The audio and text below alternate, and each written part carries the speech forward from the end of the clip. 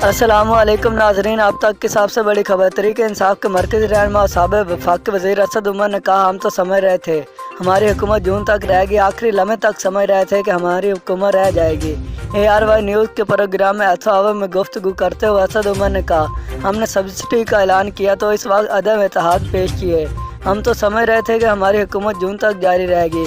हम मुआशी कारोबारी सरंगे अपने लिए लगा रहे थे। असद उमर ने कहा कि हमें पता था हमारी हुकूमत नहीं होगी, इसलिए कारोबारी सलंगे लगा रहे हैं। हम आखिरी लम्हे तक समझते रहे कि हमारी हुकूमत रह जाएगी। हमने मुख्तलिफ तरीक़ों से सब्सिडी जारी रखी। हुकूमत ने अखराजात काम करके आवाम के लिए सब्सिडी जारी रखी। इनका कहना था कि शौकत तरीन तफसील से बता चुके हैं कि किस तरह 460 अरब सब्सिडी देनी होगी। हम तो IMF के होते हुए माशत चला रहे हैं। IMF के होते हुए माशत की ग्रोथ 6% तक रही है। हमने 3.5 साल गुजार दिया। ऐसा क्या हुआ कि 2 माह में माशत गिर गई। 3.5 साल मुआवजा ज़िखार में 35% का इजाफा हुआ।